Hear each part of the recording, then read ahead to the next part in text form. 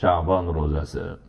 عن عائشة رضي الله عنها قالت: ما رأيت رسول الله صلى الله عليه وسلم استكمل صيام شهر إلا رمضان، وما رأيته أكثر صياما منه في شعبان، كان يصومه إلا قليلا، بل كان يصومه كله. رواه الأربعة.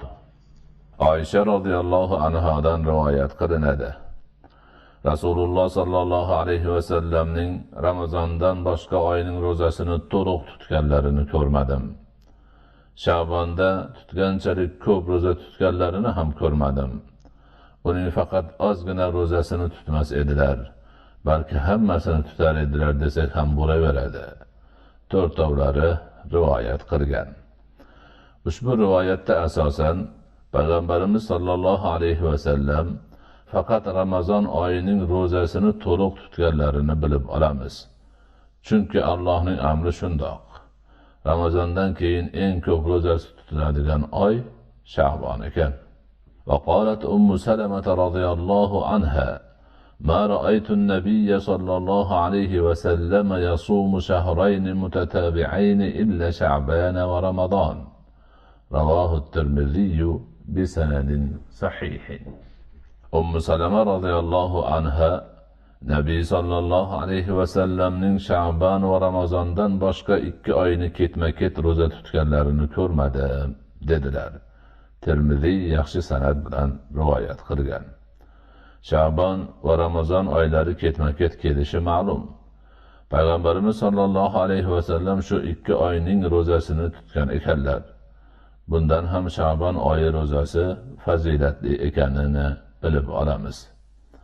An Imron ibn Husayn radhiyallohu anhu anna an-nabiy sallallohu alayhi vasallam qala li rajulin hal sumta min surari hadha ash-shahr shay'an qala la فقال فإذا أفطرت من رمضان فصم يومين مكانه.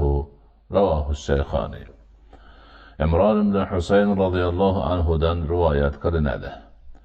Nabiy sallallohu alayhi vasallam bir kishiga bu oyning o'rtasidan biror narsa tutdingmi dedilar. Haligi kishi yo'q dedi.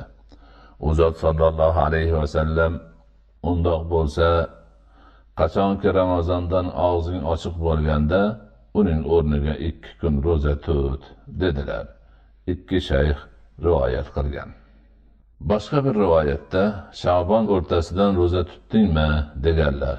U kishi yo'q degandan keyin undoq bo'lsa og'zing ochiq bo'lganida zimmangdagi o'rniga 2 kun ro'za tut deganlar.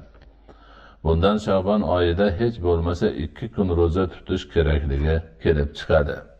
O'z-o'zidan nima uchun Sha'bon oyida nafl ro'za tutishga bunchalar ahamiyat beriladi degan savol paydo bo'ladi. Bu savolning javobini Imom Nasa'iy Usoma radhiyallohu anhudan rivoyat qilgan hadisdan topamiz. Unda quyidagilar aytiladi: Ey Allohning rasuli, oylardan hech birida Sha'bonda ro'za tutganingizdek ro'za tutganingizni ko'rmadim dedim. U zot sallallohu alayhi vasallam bu bir oyki odamlar undan g'ofil qolurlar. U Rajab bilan Ramazonning orasida. Bu bir oyki unda amallar Robbil alaminga ko'tarilur. Mening amalim ko'tarilayotganda ro'zador bo'lishni yaxshi ko'raman dedilar. Buning ustiga ro'zasi farz qilingan Ramazon oyidan oldingi oyda Sha'bonda ro'za tutishni yaxshilab mashq qilib Ramazonga kirilsa, uning ro'zasi yana ham mukammal va benuqson bo'ladi. Bu xuddi farz namozidan oldin sunnat namoz o'qib, yaxshilab tayyorgarlik ko'rib olganga o'xshaydi. Avvalgi o'rgangan hadislarimizda Ramazondan keyin ro'zasi eng afzal oy Muharram oyidir deyilgan edi. Endi esa Sha'ban ham shu ma'noga da'vogar bo'lib qolmoqda. Shuning uchun ham ba'zi ulamolarimiz Muharram oyi ro'zasining afzalligi Ramazon va Sha'bonnikidan keyin deganlar. Ushbu faslda o'rgangan hadislarimizda iloji boricha Sha'ban oyi ko'proq ro'za tutishga targ'ib qilinmoqda. Ro'za tutish nahiy qilingan kunlar faslida esa Sha'ban oyi oxiridan 1 yoki 2 kun ro'za tutish harom deyilgan. Sha'ban oyining 16-sidan boshlab ro'za tutmoq mahruq deyilgan edi. Bu bir-biriga qarama-qarshi hukmlar emasmi degan savol tug'ilishi tabiiy. Javob shuki, bu yerda hech qanday qarama-qarshilik yo'q. Chunki o'sha ro'zasi tutilishidan nahiy qilingan kunlar faslning o'zida ham agar ro'za tutishga odatlangan bo'lsa deyilgan. Demak, Sha'ban oyida doimo nafl ro'za tutishga odatlangan odam bo'lsa, u tutaveradi. Ammo odatlanmagan bo'lsa-yu, Ramazon kirib qolgan bo'lsa nima bo'ladi degan vasvasa bilan kishilar o'rtasida shubha, ixtilof paydo qilishi mumkin bo'lgan ro'zadan nahiy qilingan. Demak, o'rtada hech qanday qarama-qarshilik yo'q.